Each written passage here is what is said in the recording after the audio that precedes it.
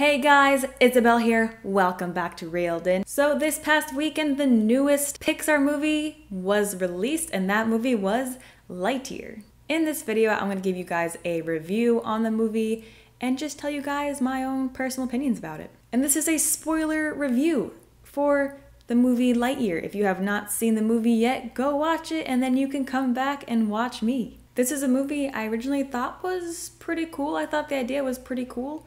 But I wasn't really sure how it would go down with the audiences since you already have like 4 movies of the action figure of Buzz Lightyear, and now you're doing kind of like an origin story, which can be difficult movies to make. But overall, I actually really enjoyed this movie, and I'm going to tell you guys why, and there are some things I didn't like, and I'll tell you guys about that too.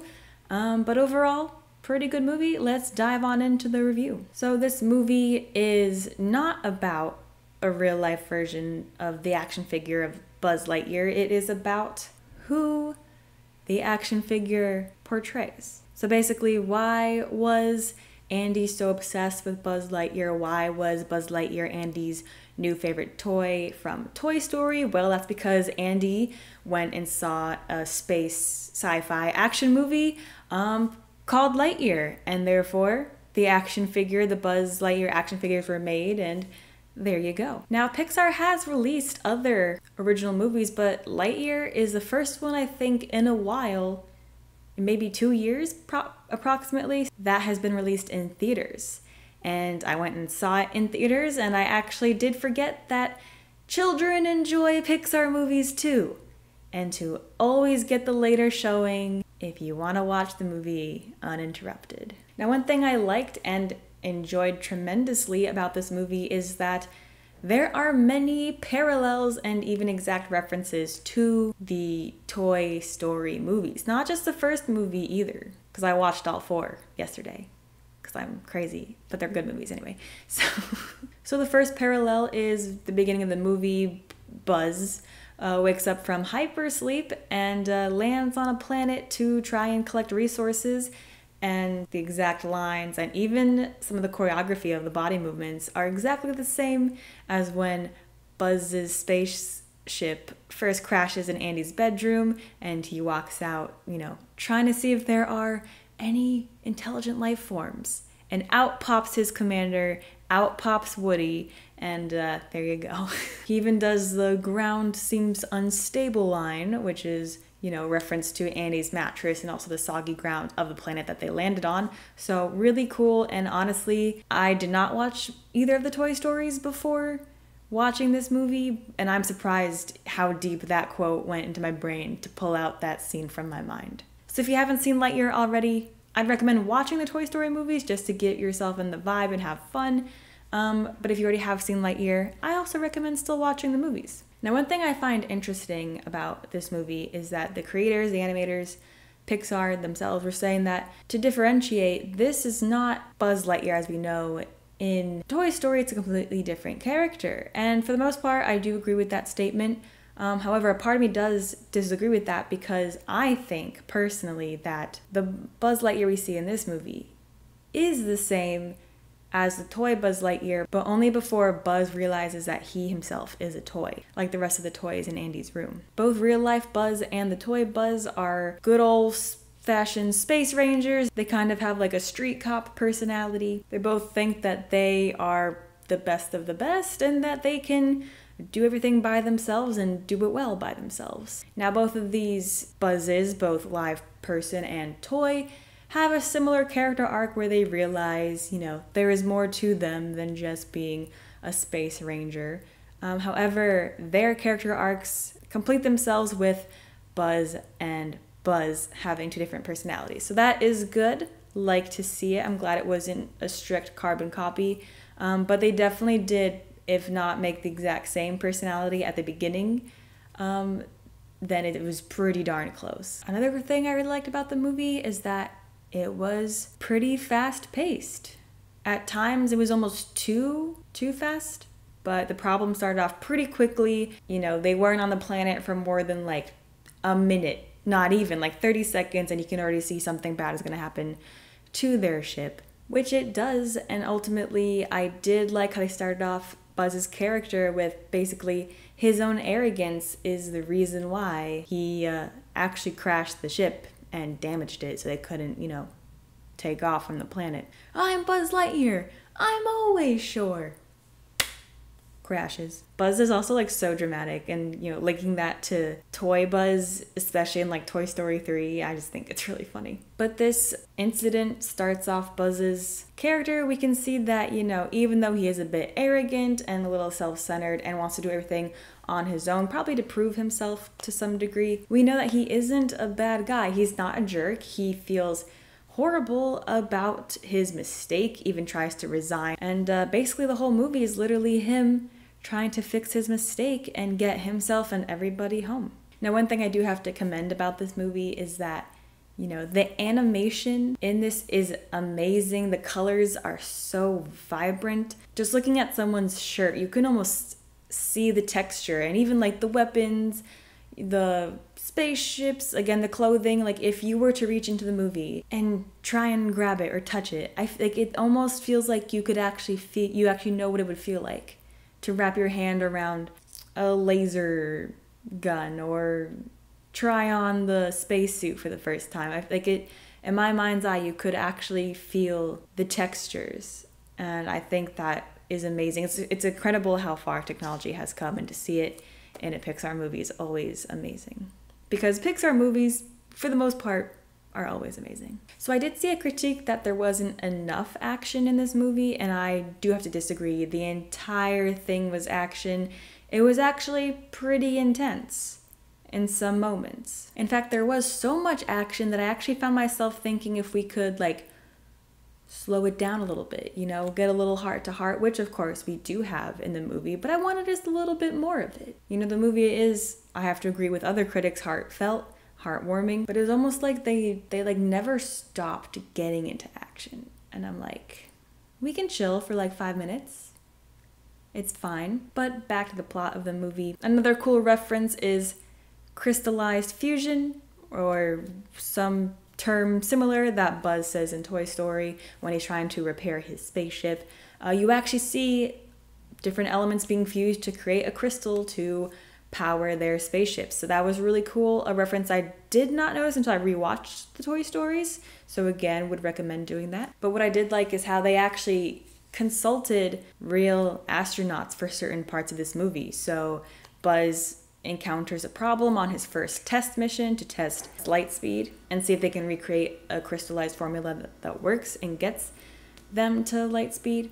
And of course, he encounters a problem, and he actually does a quick set of math problems in his ship. And I've seen a couple of, space movies, and I've heard a couple of interviews from astronauts.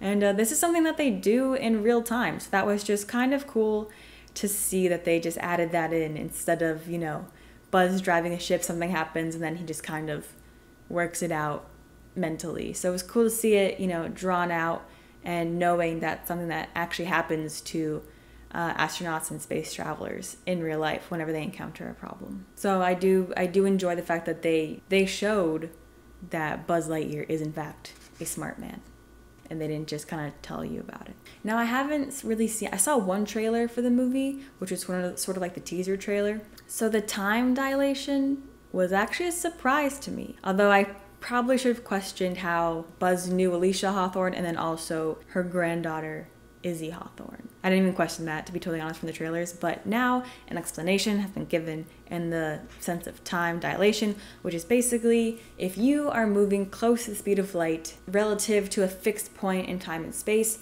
the way you age and travel is technically, I guess, slower than the relative point. So the people who remain fixed on the planet, their time goes by quicker, they age faster, and then by the time Buzz gets back onto the planet, he has aged only approximately 4 minutes compared to everyone else who has aged 4 to 5 years. But to help Buzz with these emotional transitions, he gets a sort of AI therapy cat called Socks. I'm a cat person.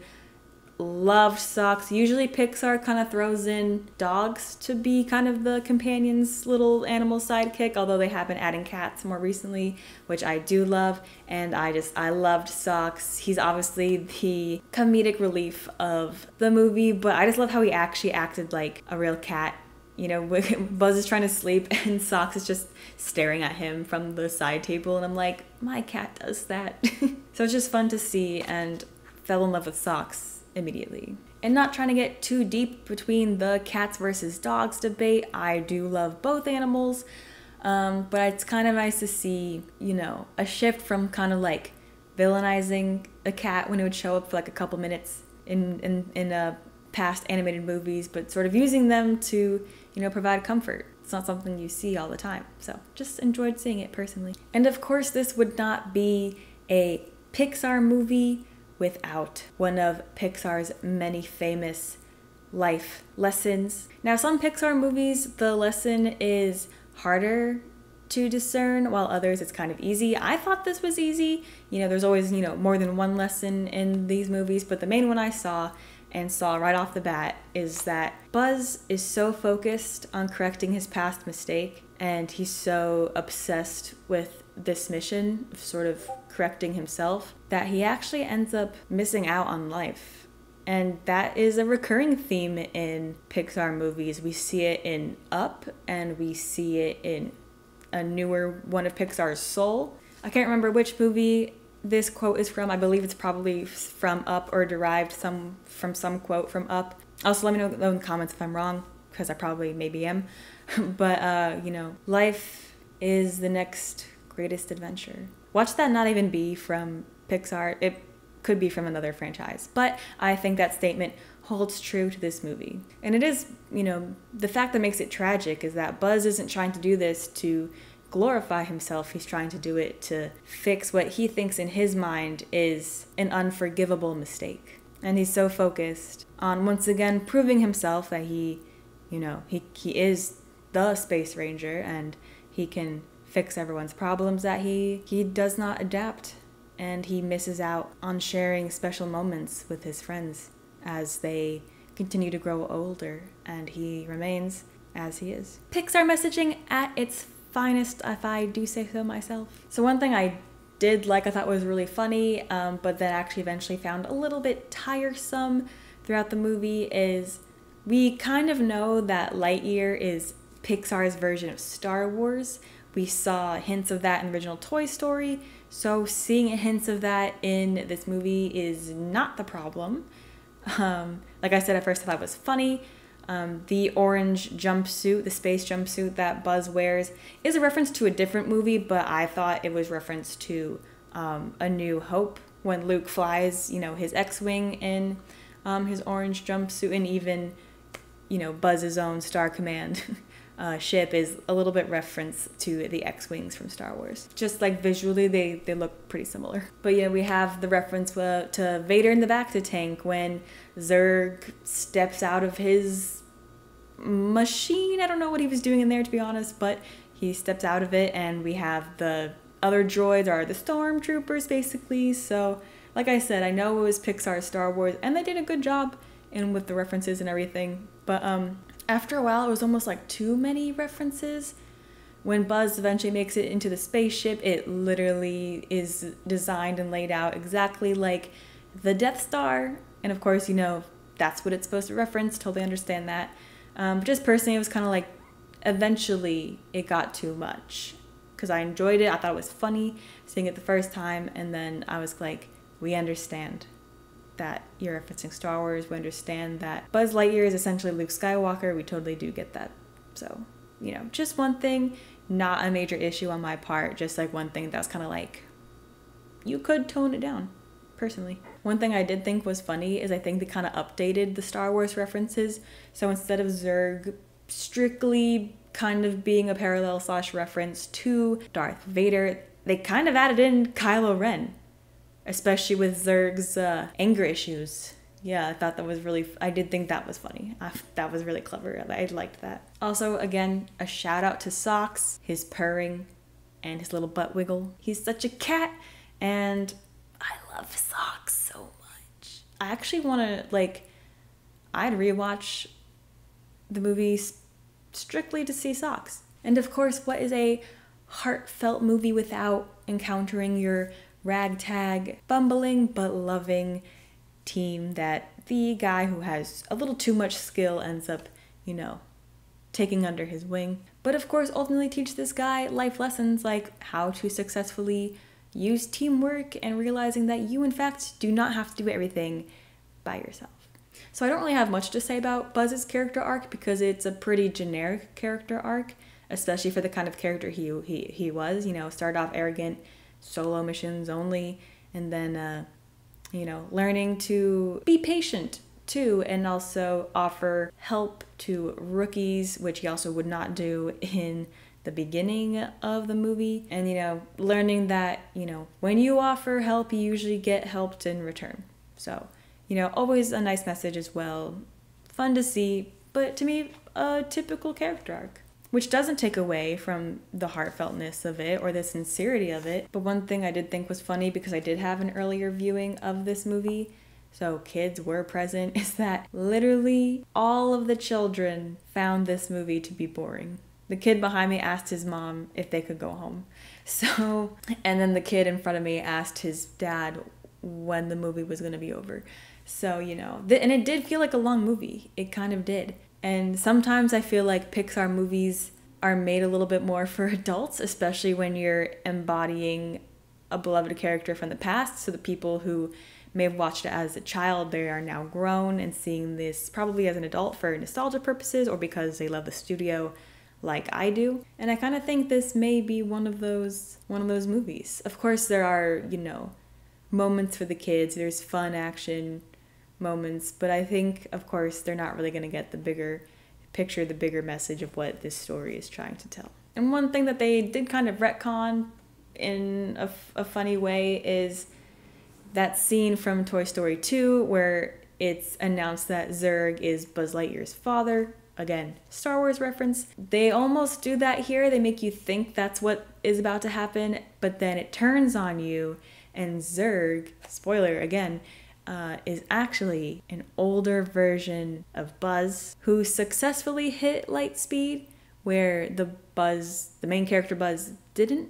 Now, overall, pretty good plot twist. I didn't see it coming because I was like, here comes the father speech. But it does kind of seem like everyone is cashing in on the multiverse. It's not a franchise, but just like the concept of a multiverse, you know. Not to talk too much about other movies, but I did see Everything Everywhere All at Once. An amazing movie, totally recommend you see it. Also, multiverse discussions, and they didn't really explain how there was two Buzzes at once. So naturally, I'm like, so they have a multiverse, because it's not really, I'm not a physicist. I've taken physics classes and everything, but to me, it's not possible to, well, I guess it is, because when you hit light speed, you're kind of like particles. Like, I feel like you're stretched infinitely. So maybe one part of you came back from light speed, another part of you was so close but you didn't reach it. I don't really know. It's confusing to think about, and I haven't eaten yet, so my brain does not have the fuel to think about that. But to me, it was a bit multiversal, and I was kind of like, okay, okay, whatever. But you can't have Buzz Lightyear without reference to the Buzz Lightyear suit, all of its parts, and it's kind of nice to see through the movie how, you know, step by step, the whole outfit comes together. So you start with the basic suit, and then along the way, Buzz gets his firearm, and then at the end of the movie, he gets his jetpack to save a ship, essentially, from falling, which I didn't think was possible without ruining his own self, because you're literally re-entering an atmosphere, but it's sci-fi. You can do anything in sci-fi. But by the end of the movie, he is a reinstated space ranger, and he has his full suit, which is the suit that Buzz has in the Pixar Toy Story movie, jetpack and laser light bulb included. And I just love that they gave little socks a suit. Oh my, it was literally so precious. Like, I kind of feel like I need a socks now. I kind of feel like I do. And I know this is one of my shorter reviews for the Lightyear movie,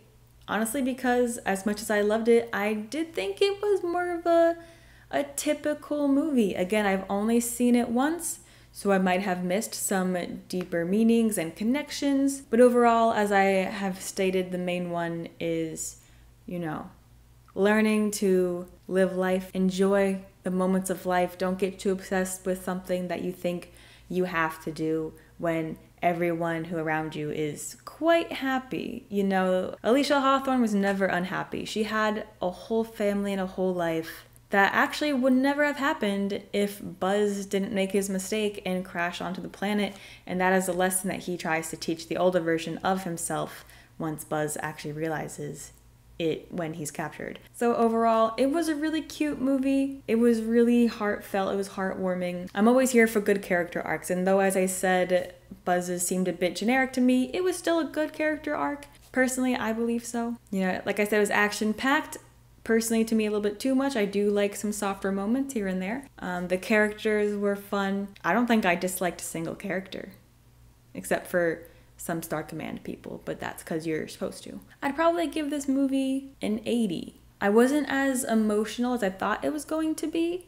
I expected to cry because usually Pixar movies do make me cry, but I actually did not during this time around, so a surprise for sure. I'd say it ranks somewhere in the middle of Pixar's many movies. Maybe one day I will do a ranking of the Pixar movies. But, hopefully I can see it again at a later showing, so I'm not... Because I think I was also a bit distracted, Kids can sometimes be quite loud in places they're not supposed to be, but whatever. But guys, that was my movie review for the newest Pixar movie, Lightyear. Be sure to leave a like on the video, comment if you've seen the movie, what was your favorite moment from the movie, and who was your favorite character.